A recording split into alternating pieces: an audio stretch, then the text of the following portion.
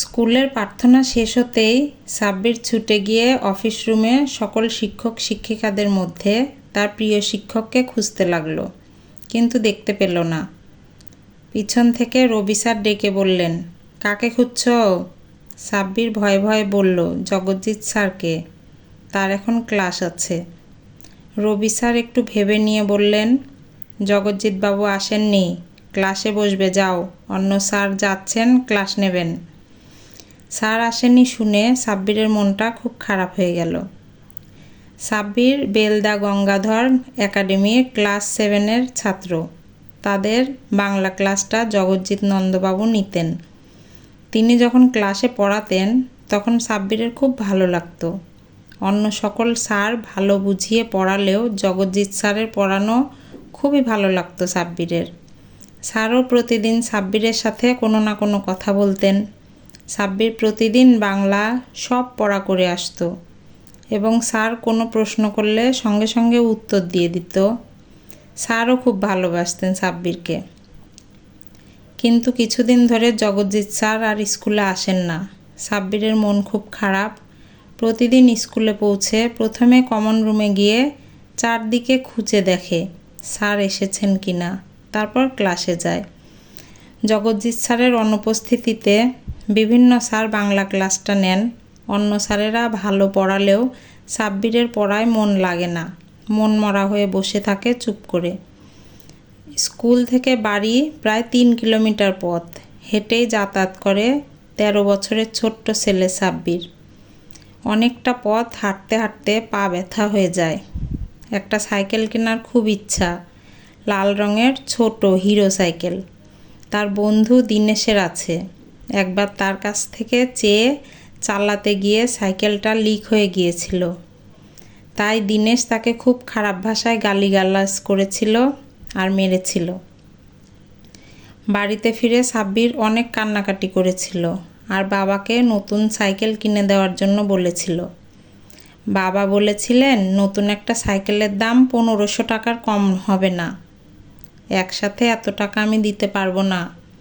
শুনে সাব্বিরের খুব কষ্ট হয়েছিল। পরদিন বাবা বাজার থেকে একটা মাটির ভাঁড় এনে দিলেন আর বললেন, এই ভাঁড়ে প্রতিদিন একটু একটু করে টাকা জমা, যখন বেশি হয়ে যাবে তখন ভেঙে একটা সাইকেল কিনে দিব।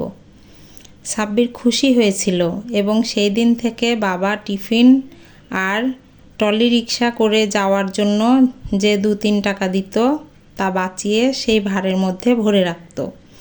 ভাঁড়টা ভর্তি হয়ে গেলে সেটা ভেঙে বাবা একটা সাইকেল কিনে দেবেন, আর তখন তাকে কষ্ট করে এত দূর পায়ে হেঁটে স্কুলে যেতে হবে না, নতুন সাইকেলে চেপে যাবে।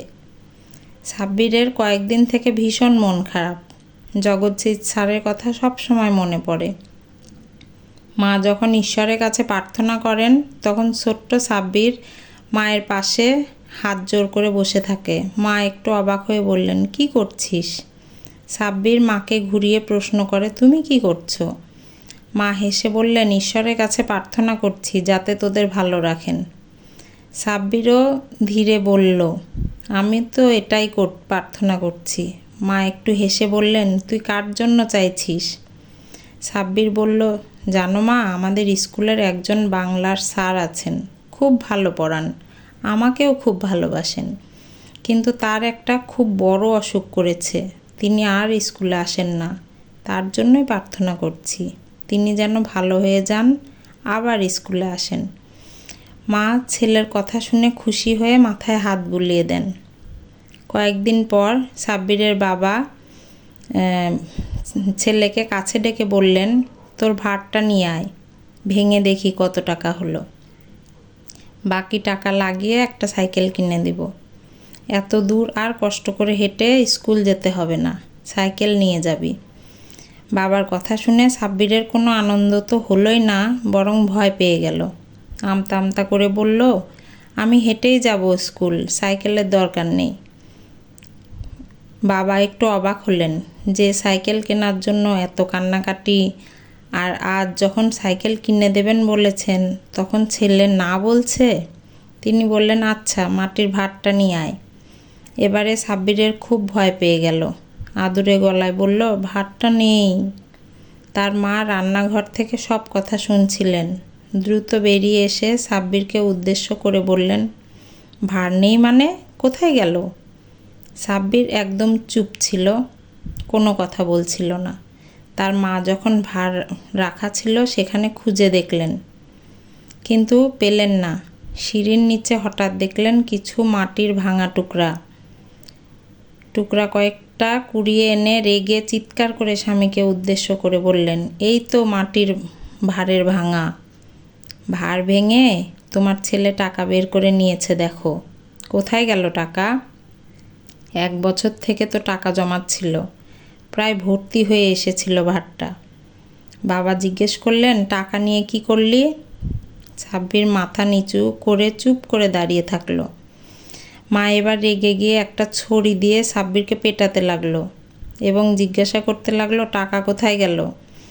সাব্বির মায়ের হাতে মার খেয়ে কাঁদতে কাঁদতে বলল, ওটা তো আমার টাকা, আমি নিজে জমিয়েছিলাম, আমি খরচ করে দিয়েছি, আর আমার সাইকেলও দরকার নাই, আমি হেঁটেই স্কুলে যাব।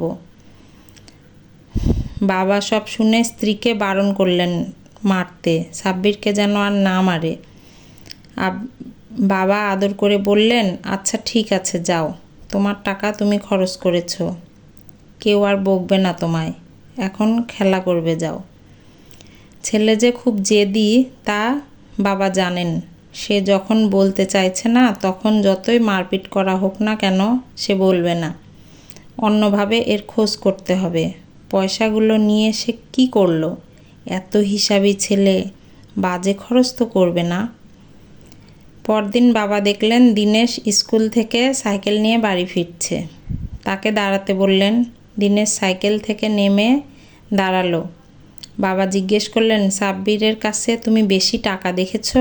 কোনো কিছু কি সে স্কুলে কিনেছে? দিনেশ একটু ভেবে নিয়ে বলল, হ্যাঁ, 625 টাকা ছিল সাব্বিরের কাছে। এবার বাবা একটু কৌতূহলী হয়ে জিজ্ঞাসা করলেন, সে টাকা কি করেছে তাকে তুমি জানো? সে মাথা নেড়ে জানে বলল। কি করেছে টাকাগুলো? দিনেশ বলল যে আমাদের স্কুলের বাংলা স্যার জগজ্জিৎ বাবুর একটি কিডনি নষ্ট হয়ে গেছে, তিনি হাসপাতালে ভর্তি আছেন, অপারেশন হবে। আমাদের স্কুলের সকল ছাত্ররা মিলে টাকা সংগ্রহ করছে নিজেদের উদ্যোগে, যে যেমন অর্থ দিতে পারে সেই ফান্ডে। সেই টাকা ছাত্রদের পক্ষ থেকে স্যারের অপারেশনের খরচের জন্য দেওয়া হবে। আমরা সবাই 10 টাকা 20 টাকা করে দিয়েছি, কিন্তু সাব্বির একা 625 টাকা দিয়েছে। আমি দেখে জিজ্ঞেস করলাম, এত টাকা কোথায় পেলি? তখন সাব্বির বলেছিল সেটা তার টাকা, সে নাকি জমিয়েছে।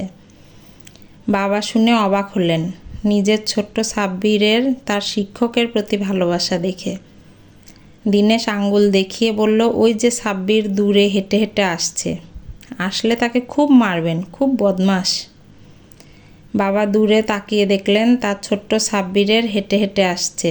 পাশে আসতেই ক্লান্ত সাব্বিরকে কোলে তুলে নিয়ে চুমু খেলেন। আমার মিষ্টি ছেলে, এমন সুন্দর মনের ছেলে পাওয়া ভাগ্যের ব্যাপার। তারপর দিন একটা নতুন বড় মাটির ভার নিয়ে এসে সাব্বিরের হাতে দিলেন। সাব্বির দেখে আনন্দে বাবাকে জড়িয়ে ধরল। তার চোখে আনন্দের অশ্রু ছিল। কান্না জড়ানো গলায় বলল, আমি আবার টাকা জমাবো বাবা, এবার টাকা জমলে সাইকেল কিনবো, লাল রঙের সুন্দর একটা ছোট হিরো সাইকেল।